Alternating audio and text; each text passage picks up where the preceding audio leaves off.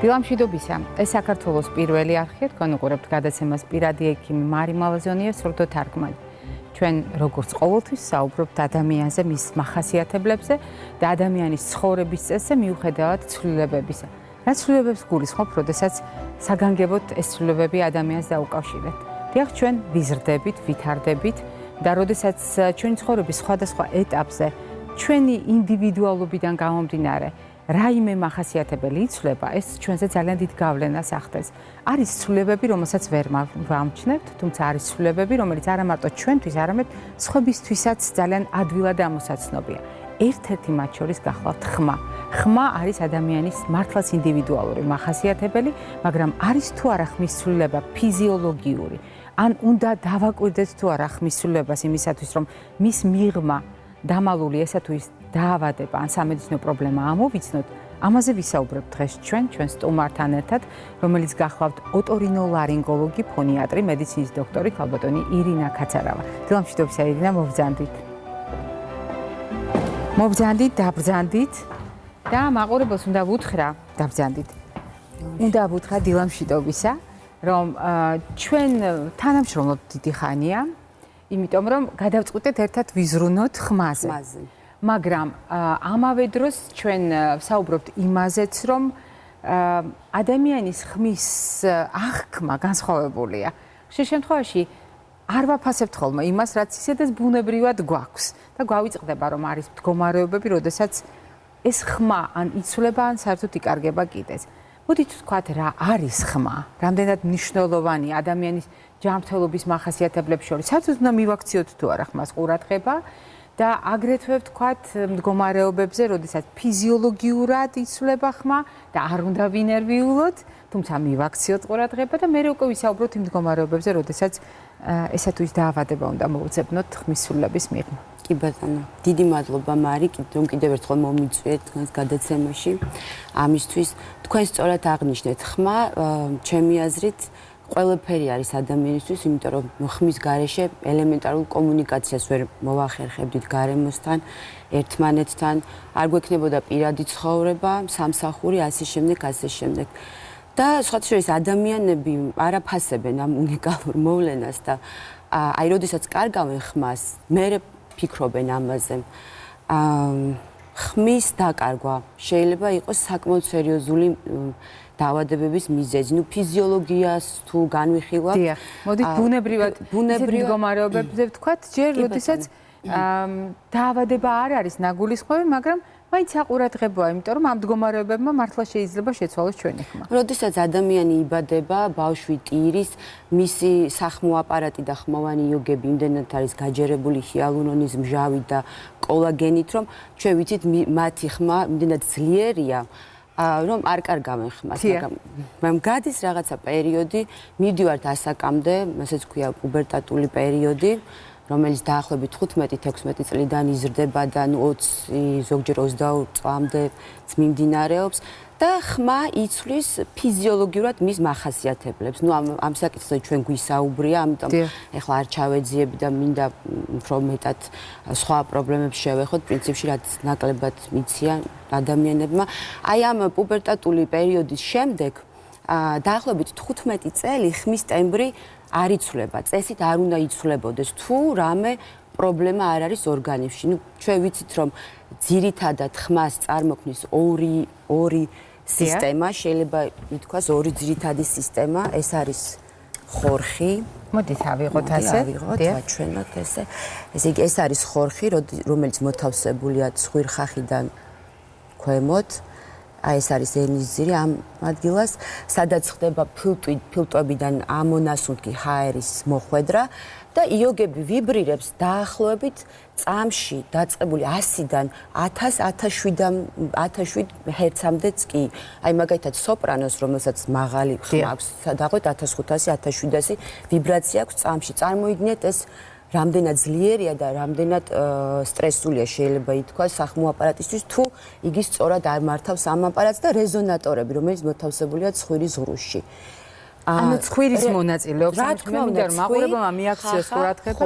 კი ბატონო, მონაწილეობს, ანუ ხმა ძლიერდება რეზონატორში, ასე რომ თუ კი რამე პრობლემა გვაქვს ამ გზაზე აუცილებლად შეგვექმნება ხმასთან დაკავშირებული პრობლემა, დისფონია, აფონია, ასე შემდეგ. ირინა, მოდით კიდევ ერთხელ დავაზუსტოთ უკაცრავად, ვიდრე გააგრძელებთ. ეს იგი რა ანატომიურად რა ნაწილებში უნდა ქონდეს პრობლემა, რომ ამან გავლენა იქონიოს ხმაზე. ანუ თუ ხორხშია პრობლემა, ეს იქონიებს აუცილებლად გავლენას კიდევ? თუ ცხვირხახაში აუცილებლად იმოქმედებს გავლენას, იმიტომ რომ ხმა შეიძლება გქონდეს, მაგრამ ისეთი ხარისხიანი არა, ისეთი მჭექარე მომღერლებისთვის რეზონა, არა მარტო მომღერლებისთვის, პედაგოგებისთვის წარმოიდგინეთ, პედაგოგი განსაკუთრებით თქვენც ვიცით, თქვენც დოქტორი ბრძანდებით და გიწევთ ლექციების ჩატარება აუდიტორიაში, სადაც 30-40 ბავშვია, თან ასამდეც ადამიანიც აუცილებლად გვჭირდება რეზონატორი და სპეციალური სავარჯიშოები, რომ ხმა უფრო ძლიერი იყოს, ჟღერდეს არა აქ ხორხში, არამედ ცხვირში და ცხვირის ღრუში, რომ არ დავაზიანოთ სახმო აპარატი. ამ თემებთან დაკავშირებით მე უკვე ჩვენი ხმის თერაპევტი ჩაგვერთვება და ისაუბრებს თუ როგორ უნდა ვავარჯიშოთ ხმა ისე, რომ იგი გაძლიერდეს რეზონატორებში და არ დაგჭირდეს მიკროფონი. ამიტომ შემოვიდა დღესდღეობით თანამედროვე სტანდარტებით ის ვერსიაც, რომ პრინციპში ლექტორმაც გამოიყენოს გამაძლიერებელი, მაგრამ სახმო აპარატისთვის ეს დიდად სასურველი არ არის.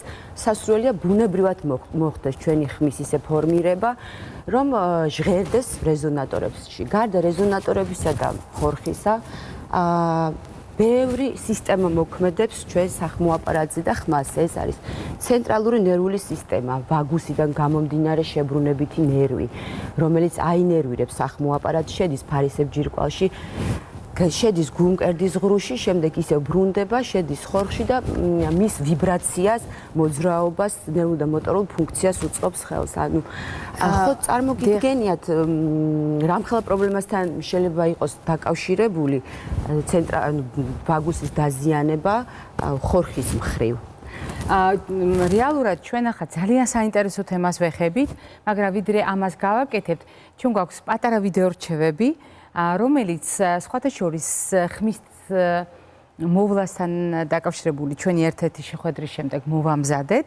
მოდით ეს გავიხსენოთ და გავაგრძელოთ საუბარი. ხმის მოვლის წესები.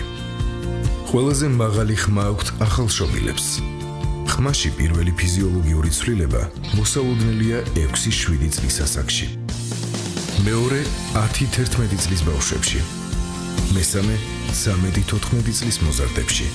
ხმა 3-4 ტონით დაბლდება ვაჟებში სქესობრივი მომწიფების შემდეგ. ხმა ბუნებრივად იცვლება ხანდაზმულ ასაკში, 60 წლის ზემოთ. ხმის ცვლილების მიზეზი შეიძლება გახდეს ორგანიზმში ცხლის დეფიციტი, თამბაქოს და ალკოჰოლის სისტემატური მოხმარება, ზოგიერთი საკვები პროდუქტი, მაგალითად გაზიანი სასმელი, მზესუმზირა, სხვადასხვა კაკალი, უხვის საკმაზი და სუნელი. ყურადღება გმართებთ თუ თქვენ, ბრძანდებით ვოკალისტი, პედაგოგი, ზოგადად ეგრეთ წოდებული მოლაპარაკე პროფესიის წარმომადგენელი. მიმართავთ ხმის იმიტაციას და ყველა რეგისტრში იყენებთ ხმას. ხმის სამკურნალოდ არ გამოიყენოთ მარილიანი ან სოდიანი წყალი. რეკომენდებულია დამატენიანებელი საშუალებები, ზეთიანი ხსნარები. ყოველ 2 საათში ერთხელ დაასვენეთ ხმა. გამოიყენეთ სუნთქვითი ვარჯიშები. ჩაისუნთქეთ ცხვირით ისე, რომ გამოზნიქოთ მუცელი და ნეკნები. ამოსუნთქვისას თქვით ანუ ისისინეთ. სულ ცოტა 20-30 წამი. ან წარმოთქვით რაიმე სიტყვა. გახსოვდეთ, სურდოს ფონზე ეგრეთ წოდებული ცხვირის მიერი ხმა ერთი კვირის განმავლობაში ფიზიოლოგიურია, მაგრამ თუ 2 კვირაზე მეტად გახანგრძლივდა, გაიარეთ კონსულტაცია ექიმთან. თუ ბავშვი ხმამაღლა ლაპარაკობს, აუცილებლად შეუმოწმეთ სმენა. თუ მოულოდნელად ერთი შეხედვით უმიზეზოდ ჩაგეხლიჩათ ან დაკარგეთ ხმა, აუცილებლად მიმართეთ ექიმს. სიცოცხლის გახანგრძლივება და არაგადამდებ დაავადებათა თავიდან აცილება შესაძლებელია სწორი კვებით, რეგულარული ფიზიკური აქტივობით, თამბაქოზე უარის თქმით. აირჩიე ჯანსაღი ცხოვრების წესი პირადი ექიმის რჩევით. ჩვენ ვაგრძელებთ საუბარს ხმაზე და შემოგვერთა კიდევ ერთი სტუმარი, ქალბატონი ნინო ტრაპაიძე, რომელიც გახლავთ ხმის და მეტყველების თერაპევტი. დილამშვიდობისა ნინო. დილამშვიდობისა. ჩვენ დღეს განსაკუთრებულ ჭრილში ვსაუბრობთ ხმაზე. მე კიდევ ერთხელ შევახსენებ მაყურებელს, რომ ჩვენ მაგალითად უბერტატულ ასაკში, ეგრეთ წოდებულ მუტაციურ ხმაზე, გარდატეხის ასაკში შესულ ხმაზე გვისაუბრია ქალბატონი ირინასთან ერთად, თუმცა დღეს ჩვენ ვსაუბრობთ ზოგადად ცვლილებებზე, რომელიც სამედიცინო პრობლემებს უკავშირდება და შემოვიტანეთ თემა, როგორ ვუმკურნალოთ ხმას. ეს რამდენად რეალისტურია, ნინო, ხმის მკურნალობა? პირველ რიგში უღრმესი მადლობა მოწვევისთვის. თქვენ საუბრის დროს უკვე აღნიშნეთ, რომ ხმა ასაკის მატებასთან ერთად მუდმივად განიცდის ცვალებადობას მთელი სიცოცხლის განმავლობაში. ფართოდ არის გავრცელებული ხმის სხვადასხვა ტიპის დარღვევები. პირველ რიგში მინდა აღვნიშნო, რომ ხმის დარღვევები უხეშად რომ დავახასიათოთ, გვაქვს ორი ტიპის წარმოშობის მიხედვით, ფუნქციური და ორგანული. იქიდან გამომდინარე, თუ რა წარმოშობის ხმის დარღვევასთან გვაქვს საქმე, მისი მკურნალობა შესაბამისია. უპირველეს ყოვლისა, უნდა აღინიშნოს, რომ უდიდესი მნიშვნელობა ენიჭება სწორ დიაგნოსტიკას, რომელსაც ატარებს, რა თქმა უნდა, რომელსაც ატარებს ექიმი ფონიატრი. ხდება ვიდეო სტრობოსკოპიული კვლევა, რომელიც გვაძლევს დეტალურ ანალიზის საშუალებას, რომ ვიზუალურად დავათვალიეროთ სახმო იოგები. ანუ უბრალოდ ვუყურებთ, ვათვალიერებთ. დიახ, კიდევ რას ვაკეთებთ? აუცილებლად ხდება პაციენტის ანამნეზის გათვალისწინება, მისი ჩივილების, გათვალისწინებული არის მისი ცხოვრების რიტმი, ემოციონალურ-ფსიქოლოგიური მდგომარეობა და უკვე ამის შემდეგ ხდება ხმის აკუსტიკური ანალიზის ჩატარება. ხმის აკუსტიკური ანალიზი წარმოადგენს ნოვაციას ჩვენთან საქართველოში. ხმის აკუსტიკური ანალიზის მეშვეობით ჩვენ ვადგენთ ხმის ზუსტ პარამეტრებს. ხდება ხმის ტემბრის, ხმის სიძლიერის, ხმის გრძლიობის გამოკვლევა, დგინდება ეგრეთ წოდებული ფონეტოგრამა, რომელიც ნათლად ასახავს, ეს არის ხმის გრაფიკული ჩანაწერი, რომელიც ზუსტად გვაძლევს ობიექტურ მონაცემებს. მაყურებელს რა უთხრათ, აი როგორც კარდიოგრამა არსებობს, ასეთი ფონეტოგრამა არსებობს, იმისათვის რომ ხმას დაუსვათ დიაგნოზი. რა თქმა უნდა. უკვე აი მონაცემების საფუძველზე, ექიმ ფონიატრთან ერთად, კონსილიუმის საფუძველზე დგინდება პაციენტთა ხმის მკურნალობის ინდივიდუალური გეგმა. ეს მოიცავს როგორც მედიკამენტოზურ მკურნალობას, თუ ეს მიზანშეწონილია იმ მომენტში და ამასთანავე ხდება ხმის თერაპიული მკურნალობა. თერაპია გულისხმობს სუნთქვით სავარჯიშოებს, ხმის სავარჯიშოებს, ასევე შეიძლება გამოყენებული იყოს მანუალური თერაპია, ეგრეთ წოდებული მასაჟი, ოღონდ ეს გარკვეულ არა ყველა ხმის ტიპის დარღვევებში, მხოლოდ იმ დარღვევებში, როცა ეს მიზანშეწონილია. ჩვენ ამას დეტალურად დაუბრუნდებით, ვიდრე გავაგრძელებთ, ქალბატონებო. მე თავისუფლებას მივცემ და გადავინაცვლებ კვების ზონაში და ერთად ვისაუბროთ, იმიტომ რომ ჩვენ ვახსენეთ მდგომარეობები, როდესაც ხმა იცვლება ფიზიოლოგიურად და ფუნქციურად. მე მომეწონა ძალიან კარგად გავახსენეთ მაყურებელს, რომ თქვა უბერტატულ ასაკში შეცვლილი ხმა არავის უკვირს. ქალბატონმა ირინამ ბრძანა, რომ აი ამ ასაკის დასრულების შემდეგ, როდესაც ხმა ერთ დონეზე დადგება, სადღაც 15 წელი გრძელდება. მერე რა ხდება? აი მერე იწყება უკვე ორგანიზმის დაბერება, ორგანიზმს აკლდება ის სხვადასხვა ნივთიერებები, რომელიც ჩვენ გვაქვს ბუნებრივად, ჰიალურონის მჟავა და მისი სახმო აპარატი იოგები აღარ არის ისეთი ფლექსიბელური, როგორიც აქამდე იყო. ნელა ხდება ატროფია, განლევა ლორწოვანი გარსის და სადღაც 60 წლამდე, 60 წლის ასაკში შეიძლება განვითარდეს პრესბიფონია არის ესეთი დაავადება, რომელიც ასაკოვანი ხმის ცვლილება. როდესაც ხმა არის არასტაბილური, აღინიშნება ტრემორი, ანუ ხმის კანკალი იცვლება, იოგები ვერ ვიბრირებს ისე როგორც უნდა ვიბრიროთ, ვიბრაციის პრინციპი რა არის? ლორწოვანი გარსის ეპითელიუმი ციმციმებს შეიძლება ითქვას და ნინო მახსენა ვიდეო სტრობოსკოპიული მაჩვენებელი ერთადერთი უალტერნატივო მეთოდია იოგების ვიბრაციის დიაგნოსტიკაში, იმიტომ რომ სხვა ენდოსკოპი და პირდაპირ და არაპირდაპირი ლარინგოსკოპით ჩვენ ვერ ვხედავთ ეპითელიუმის ციმციმს. ამიტომ ეს კვლევა ყველაზე ესეთ ინფორმატიულია დღესდღეობით და დგება საკითხი თუ რა უშუალოდ ეს მსგავს პრობლემას, როგორ მოვაგვაროთ ეს პრობლემა. კვება ძალიან მნიშვნელოვანი, ანუ იმ ნივთიერებებით შევსება ორგანიზმის ჰიალურონის მჟავა, კოლაგენი, ბრომელაინი, უნდა გავითვალისწინოთ აუცილებლად. ძალიან მნიშვნელოვანია და ისევ ხმოვანი ფიზკულტურა, ანუ ხმის ვარჯიში. მოდით მე კვებით გავაგრძელებ თქვენის ნებართვით და ვიტყვი რისკებზე, რომელიც საკვებმა შეიძლება შექმნას ხმასთან დაკავშირებით და მე უკვე თქვენგან პრაქტიკულ რეკომენდაციებს უკვე იმ ჭრილში მოვისმენთ, რაც თქვენი პროფესიული ცოდნიდან გამომდინარეობს. დავიწყებ ზოგადი კვების პრინციპიდან. დაბალანსებული კვება ყველა შემთხვევაში არის რეკომენდებული ასაკის მიუხედავად, ეს ეხება პუბერტატულ ან გარდატეხის ასაკს თუ პირიქით უკუგანვითარების ასაკს, როდესაც ასევე არის ხმის სრულების რისკი. ანუ შევთანხმდით, რომ დაბალანსებული კვება მნიშვნელოვანია. მეორე გახლავთ ეგრეთ წოდებული კომპონენტები, რომელიც ქალბატონმა ირინამ ახსენა, ბრომელაინის შემცველი, აი ანანასი ამ მხრივ საუკეთესო მაგალითი გახლავთ. ჰიალურონის მჟავასთან დაკავშირებით აქ არის კონკრეტული პროდუქტები და მათ შორის არის პროდუქტები, რომელიც არის ზოგიერთი ნახარშის სახით, ზოგიერთი მაგალითად აი წიწილის ბულიონი, რომელიც გამოიყენება ხოლმე სამკურნალოდ, ვირუსული ინფექციის დროს, ავადობის დროს. თქვენ შეიძლება ვერც კი წარმოიდგინოთ, მაგრამ ძალიან მდიდარია სწორედ აი ამ ჰიალურონის მჟავით, რომელიც შეავსებს და კიდევ არის მასში ტრიპტოფანი დიდი რაოდენობით, რომელიც სეროტონინად დაიშლება და ადამიანის არა მარტო გუნებგანწყობას გამოაკეთებს და გააუმჯობესებს, არამედ კიდევ ზოგიერთ ქიმიურ რეაქციას ხელს შეუწყობს. მე ხა ამითი არ დავტვირთავთ.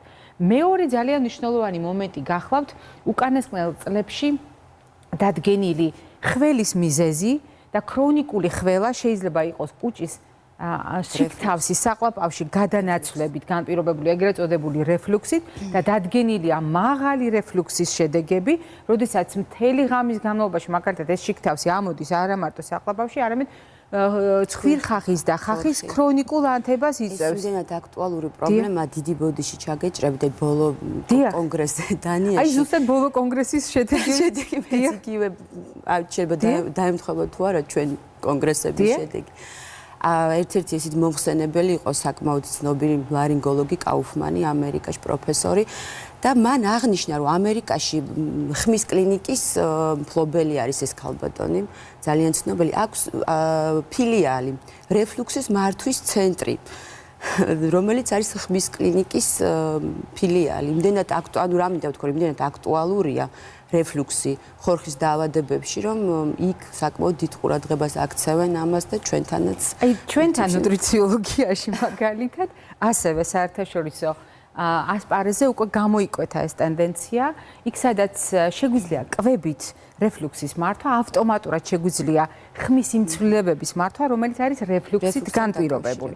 ამიტომ ერთ-ერთი მთავარი კომპონენტი გახლავთ რეჟიმის, ულუფის და რაციონის მოწესრიგება და აღმოჩნდა აგრეთვე მიკრობიომის მოწესრიგება, ანუ მიკრობიოტის, ანუ ჩვენი ორგანიზმის შიგნით არსებული კუჭნაწლავის ფლორის, რადგან მაგალითად ჭარბი კოლონიზაციის სინდრომი ერთ-ერთი, როდესაც ჩვენთვის არასასურველი ტემპით ბაქტერიები იქ სადაც არ უნდა იყვნენ ზემოთ ამოდიან, აი ასეთ შემთხვევაში ძალიან მნიშვნელოვანი არის ნაწლავური ფლორის აღდგენა და ჩვენი მეგობარი ბაქტერიების გააქტიურება მაგალითად მაწვნის მეშვეობით.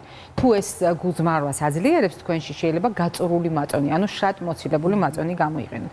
ომეგა-3 შემცველი პროდუქტების გამოყენება, რომელიც ზოგადად უჯრედის გარსის გამტკიცებას იწვევს და აი ეს მოციმციმე სტრუქტურები, რომელზედაც ქალბატონი ირინა საუბრობს, აუცილებლად მოითხოვს სტრუქტურულად გამტკიცებას. და ომეგა-3 6-9-ზე ბატონო, ომეგა-3 6-9 კომბინაციაში. დიახ, მაგრამ 6-9-სთან დაკავშირებით ბევრი კითხვა ისმის, იმიტომ რომ ბოლო კვლევები ადასტურებს, რომ მათ ზოგიერთ შემთხვევაში შეიძლება ქონდეს სიმსივნის ხელშემწყობი ეფექტი და სისხლის შედედების გამაძლიერებელი, ამიტომ ბევრი კითხვა დასვეს ახლა კოლეგებმა და ამიტომ ვიდრე ამ კითხვებზე პასუხი არ გვაქვს, ჩვენ მხოლოდ ომეგა-3-ზე ცამამად ვლაპარაკობთ, თუმცა რაც შეეხება წყალს, მე ვისარგებლებ შემთხვევით და გაგახსენებთ, რომ ადამიანები შეშუპების ფონზე აუცილებლად შეიძლება ამჩნევდნენ მაგალითად როგორ ჩნდება ჩანაჭდევი ფეხებზე, ხელებზე, მაგრამ ვერ შეამჩნევენ რომ შეიცვალა ხმა.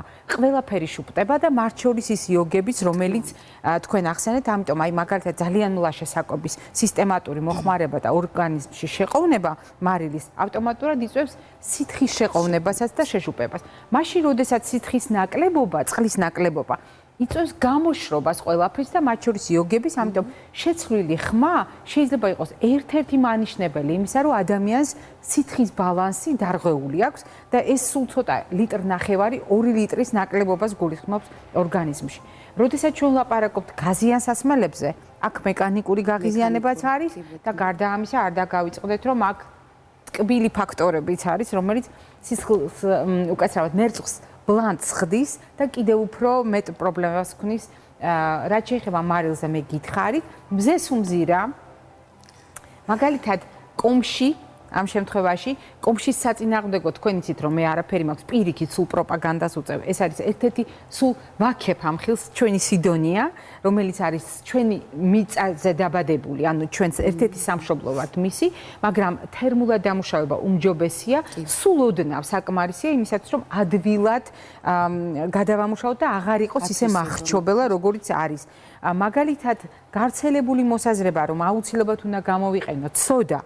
რამდენად გიყვართ ეს ამბავი ფონიატრებს? მე ვიცი რომ არ გიყვართ. არ მიყვარს, იმიტომ რომ აშრობს ლორწოვანგარს და რეფლუქსის დროს იყენებენ ხოლმე რომ გაანეიტრალოს მჟავე გარემო, მაგრამ სხვა დროებითია და რეალურად იმ მომენტში შეიძლება საქმე გააკეთოს, მოხსნა სიმპტომები, მაგრამ მოკლე ეფექტი აქვს, ასე რომ ჩვენ ახლა პატარა ჭრა გვექნება და გავაგრძელებთ კვების ზონაში საუბარს.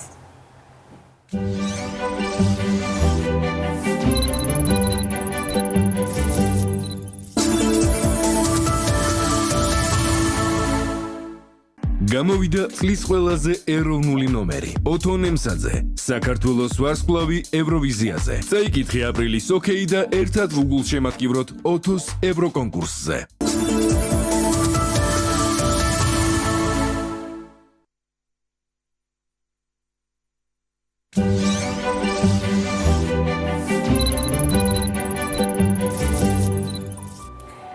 ჩვენ მაყურებელი გველოდება დიდი ხანია, დილამშვიდობისა გისმენთ. მოგესალმებით, შეკითხვა გვაქვს ასეთი, ესე იგი 2 თვენახევრის უკან ქალბატონს ჰქონდა ვირუსი ჩვეულებრივი და გამონაყარი ჰერპესი ტუჩზე. ესე იგი საშინელი თავის ტკივილები, ყელის ტკივილი რაც ახასიათებს ვირუსს და თავის ტკივილების გამო დაინიშნა MRT და აღმოჩნდა ქრონიკული მასტოიდიტი და ამის მერე აქვს ქალბატონს მუდმივი ყურთან დარჩა ვირუსის გავლის მერე საშინელი ხმაური და ეს გადაეზარდა პულსირებულ ფეთქვაში. აუდიოგრამა გაკეთებული აქვს, გამორიცხა ოტორინოლარინგოლოგმა ყურთან დაკავშირებული პრობლემა და ამ შემთხვევაში ვის უნდა მიმართოს და აქვს მუდმივი გაკეთებული აქვს კიდევ საძილე არტერიებზე დოპლერი და აი იქნებ გაგვაკეთოთ რას ნიშნავს ქრონიკული მასტოიდიტი და ეს ფეთქვისებური პულსირებული ხმაური მუდმივად ექნება თუ რამე მკურნალობა არის რომ საერთოდ ეს განიკურნოს ამისგან იმიტომ რომ ღამე უძილობა დასჭემდა მადლობთ. მოდით გავაგრძელოთ სწორედ აი ამ საკითხით ჩვენ რეალურად დღევანდელი ჩვენი საუბრის თემა ეს არ იყო, მაგრამ არ შეიძლება მაყურებელი რომელიც დაგვიკავშირდა მისი კითხვა დავტოვოთ უპასუხოთ. რას ვუპასუხებთ ამ ქალბატონს? მასტოიდიტი ეს არის მასტოიდალური ძვლის ანთება, რომელიც შეიძლება გამოწვეული იყოს შუაყურის ანთებით, მით უმეტეს ქალბატონს აქვს პრობლემა და ხმაურიც თუ აქვს ყურში, აუცილებლად უნდა მიმართოს კლინიკას, სადაც გაუკეთდება კიდევ ერთხელ აუდიომეტრია, გასინჯავს ოტორინოლარინგოლოგი და იმის მიხედვით დაენიშნება ადეკვატური მკურნალობა. ქალბატონმა ბრძანა რომ ყელყურცხვირის ექიმმა გამორიცხა იქ პრობლემები ყურთან დაკავშირებული. ეს შეიძლება ასე? მასტოიდიტი ძირითადი მიზეზი მაინც ყური არის, ასე რომ მე ვფიქრობ, რომ მაინც დამატებით კვლევას მოითხოვს აუცილებლად. მოდით გავაგრძელებ მე კვების ბლოკით და კარგად ნაცნობ კომბინაციას წარმოგიდგენთ მრძე თაფლით. სხვათა შორის, აი ჰიალურონის მჟავის გარკვეული რაოდენობა ძეში არის და კიდევ უფრო მეტია ის ტრიფტოფანი, რაც წეღან ვახსენე.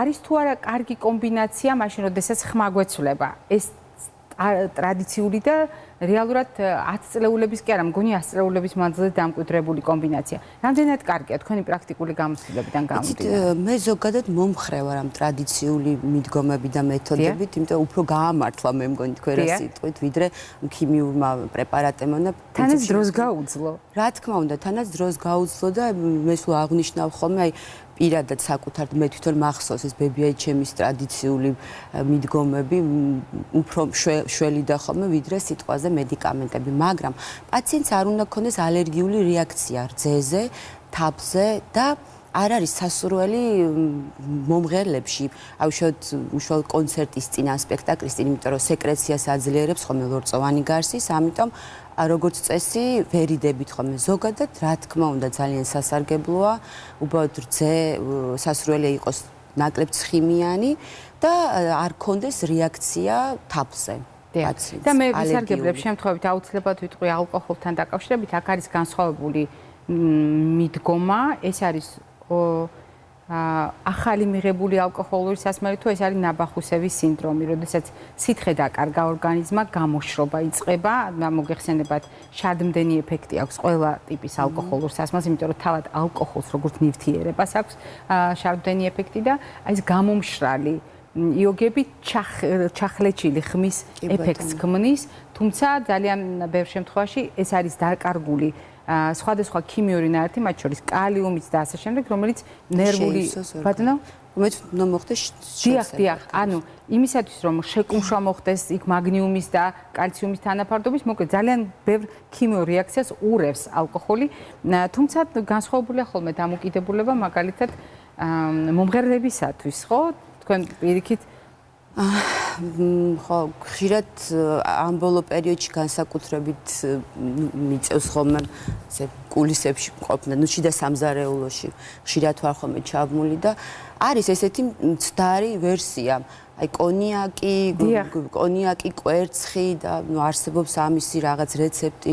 არა, კვერცხი ძალიან კარგია, სასარგებლოა, ოღონდ თერმული სახით. კონიაკიც იშვიათად შეგვიძლია მივიღო, რა თქმა უნდა, ოღონდ ეს არ უნდა მოხდეს სიმღერის კონცერტის ან სპექტაკლის. ჩვენ კიდევ ერთი რეალურად მითი დავამსხვრიეთ, ახლა დღეს ვისარგებლეთ შემთხვევით, თუმცა მე გეტყვით, რომ აი ესეთი გამომშრალი პროდუქტები და ტრანსცხიმებით დატვირთული პროდუქტები, მარილით დატვირთული პროდუქტები, ან უკიდურესად ტკბილი და მშრალი პროდუქტები და დიდი რაოდენობით შაქარი ასევე შეიძლება გახდეს ხმის ცვლილების მიზეზი ფიზიოლოგიურად. ჩვენ ახლა გვაქვს ერთი პატარა გადასვლა, რომელიც სიახლის ბლოკს წარმოადგენს და სხვათა შორის ფსიქიკურ ჯანმრთელობას ეხება. თქვენ იცით, რომ ჩვენ ყოველთვის ვცდილობთ საზოგადოების ყურადღების გამახვილებას იმ საკითხებზე, რომელიც მაინც და მაინც ხშირი საუბრის თემა არ გახლავთ და სწორედ აი ამ ნიშნით არის ეს ბლოკი შერჩეული.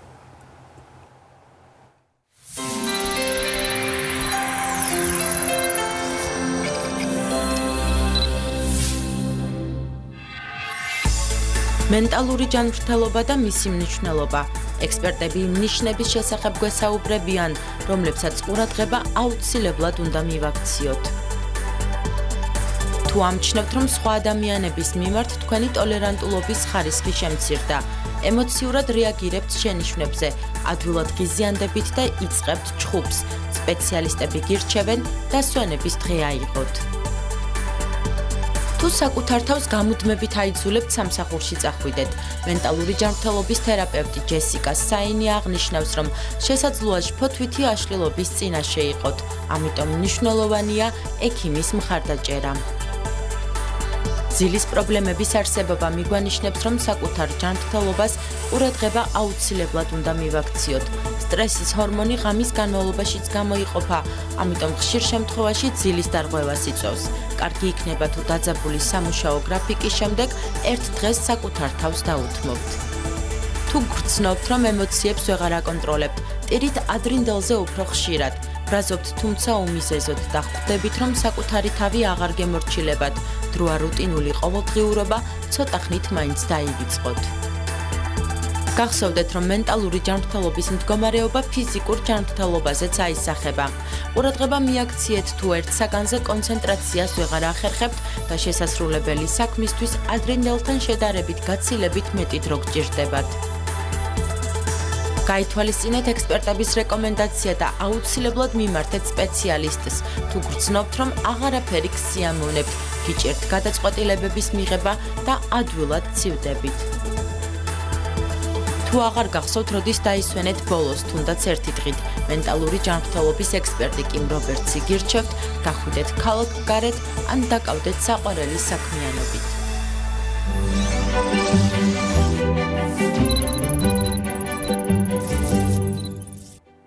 ჩვენ ვაგრძელებთ საუბარს ხმაზე და ხმის თერაპია.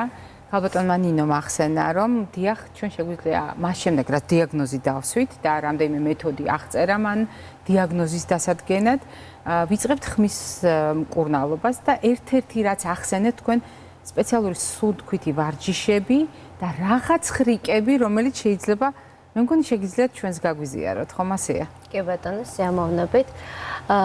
დიაგნოზიდან გამომდინარე, ხმის სავარჯიშოები არის ძალიან ინდივიდუალური და სპეციფიური.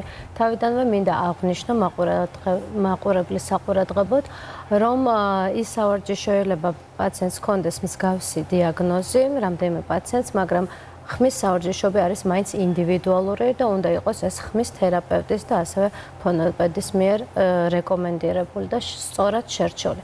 აქედან გამომდინარე, ის სავარჯიშოები, რასაც ჩვენ დღეს წარმოვადგენთ, ძალიან დიდი თხოვნა იქნება, რომ ნებისმიერი ხმის დარღვევის დროს გამოიყენებთ. დიახ, ანუ ისინი არ არის უნივერსალური. რა თქმა უნდა და ეს არის ძალიან ინდივიდუალური და ხმის პარამეტრების მონაცემების მიხედვით შერჩეული და მორგებული. აქედან გამომდინარე, მე მინდა ორი სიტყვა თქვა, რომ ყველაფერი არის დაფუძნებული სუნთქვაზე, როგორც თქვენ საუბარში აღნიშნეთ. თუ ჩვენ გვაქვს სწორი ჰაერნაკადის მიმართულება, ჩვენი ხმაც ჟღერს ბუნებრივად და სწორად. პირველი ეტაპი ნებისმიერი ხმის დარღვევის დროს არის ის, რომ პაციენტს აუხსნათ სწორი სუნთქვის მექანიზმი.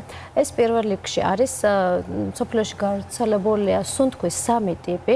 ეს არის ცხვირით სუნთქვა, ეგრეთ წოდებული მუცლის სუნთქვა და სუნთქვის შერეული მეთოდი.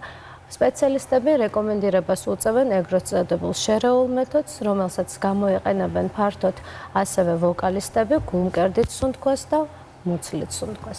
პირველი თუ გნებავთ აქ წარმოვადგენთ, თუ გნებავთ სხვა პოზიციაში წარმოვადგენთ სუნთქვის როგორც თქვენ კომფორტულად იქნებით. კი ბატონო. პირველ რიგში ხდება ჩასუნთქვა ცხვირით და ხანგრძლივი თანაბარი ამოსუნთქვა პირით. მაგალითად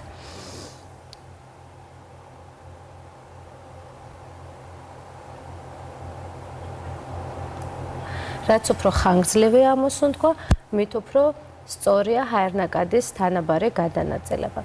ასევე სუნთქვითი სავარჯიშოები შეიძლება იყოს ცხვირით ჩასუნთქვა, ცხვირით ამოსუნთქვა, ცხვირით ჩასუნთქვა, პირით ამოსუნთქვა და ასე შემდეგ. სუნთქვითი სავარჯიშოების რაოდენობა არის უამრავი, მათი შერჩევაც ხდება ინდივიდუალურად. და სუნთქვითი სავარჯიშოების შემდეგ გადავდივართ, თუ თქვა და გვაქვს საქმე სიტყვაზე ფუნქციურ დისფონიასთან, რომელიც ფართოდ არის გავრცელებული ეგრეთ წოდებულ ხმის პროფესიონალებთან, მაგალითად პედაგოგებთან, მსახიობებთან, ვოკალისტებთან, იმ პიროვნებებთან, ვისაც ძალიან დიდი დატვირთვა აქვს ხმაზე. ვაკეთებთ შემდეგი სახის სავარჯიშოებს, მაგალითად ხმის რეზონატორული სავარჯიშოები, ცხვირით ჩასუნთქვა და მბგერის გრძლიობა. მბგერის დროს აბსოლუტურად არ მუშაობს ყელის კუნთები, მოდუნებულია და ისმის სწორი ვიბრაცია და ჟღერადობა. ასევე თანაბარი დაწოლა ხდება. მაგალითად, როგორ უნდა გავაკეთოთ ეს? მაგალითად, ხდება ხანგრძლივი ჩასუნთქვა ცხვირით.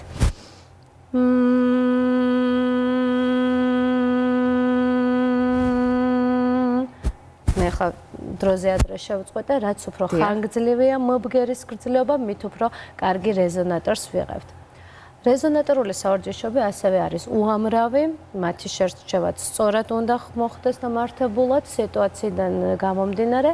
რეზონატორული სავარჯიშოების შემდგომ ჩვენ გადავდივართ ხმის დიაპაზონის გამაძლიერებელ სავარჯიშოებზე.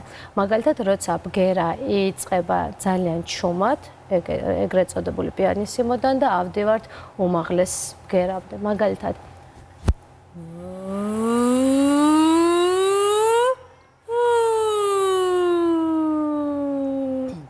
ანუ რეალურად ამას ბავშვები ხომ ხშირად აკეთებენ, ანუ გამოდის რომ ისინი ხმას ავარჯიშებენ. რა თქმა უნდა. კიდევ რა შეიძლება სახლში გააკეთოს ადამიანმა, ოღონდ როდესაც მიუთითეს რომ ეს მისია, მისი სავარჯიშოა. ანუ თურმე აი ასეთი წამღერება დაბალიდან მაღალ ნოტებამდე ეს არის ჩვენთვის ძალიან კარგი სავარჯიშო. ანუ პირის გაუხსნელად. თქვენ აღნიშნეთ ბავშვები.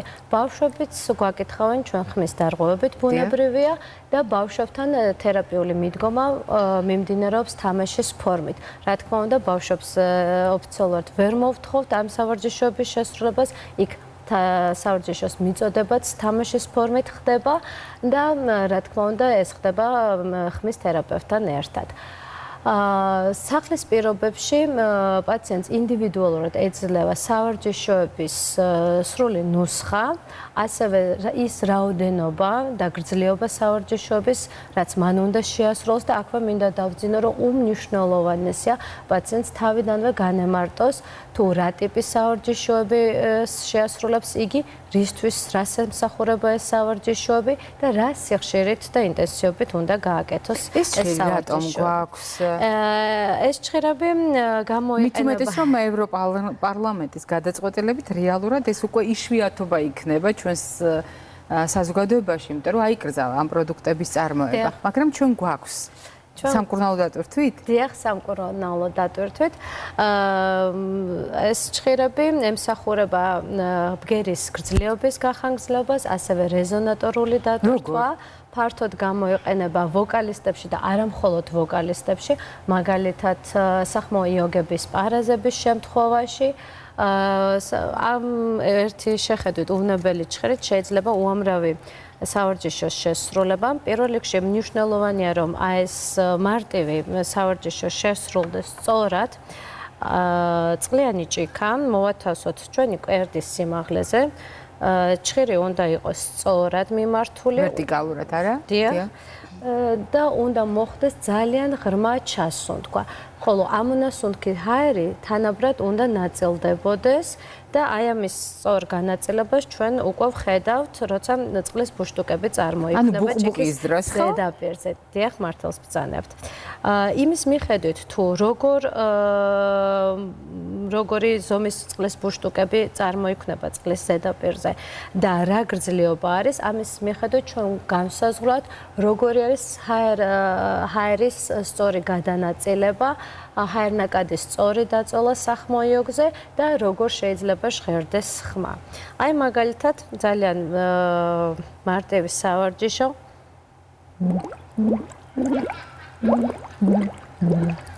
ანუ რეალურად გარკვეული ჟღერადობის მელოდიაც კი არის, ხო? მე მგონი მაყურებელმაც ის მინდოდა დავემატებინე, მომღერლები მღერიან, სავარჯიშოებს აკეთებენ, აი ზუსტად ამ მეთოდის მეშვეობით და გამღერებას. რეალურად აკორდი წაიმღერა ეხლა ნინო, ხო? ტერციების ინტერვალებით, ხო? იქ ძალიან ისეთი მიღებული ტექნიკაა ეს და საინტერესოა. არა მარტო აკორდი, ასევე გამების გამღერება, სამხმოვანება და ასე შემდეგ. ოღონდ ყველაფერი ეს ხდება მხოლოდ მას შემდეგ, როცა ხმის სწორი ფუნქციონირება აღდგება და ხმა ჟღერს ადეკვატურად. მხოლოდ ამის შემდეგ ხდება საწყრუპის სავარჯიშოების გამოყენება. მას შემდეგ, მანამდე და მას შემდეგ არ არის ეს რეკომენდირებული და ისიც დოზირებული და ჩერჩეული სავარჯიშოები. ჩვენ პარალელურად უნდა ვუპასუხოთ მაყურებელს, ჩვენ საუბრის დროს პასუხობთ, იმიტომ რომ მე გისვამთ ხოლმე ხშირ შემთხვევაში მაყურებლის შეკითხვას, 8 წლის ბავშვს პერიოდულად ეკარგება ხმა.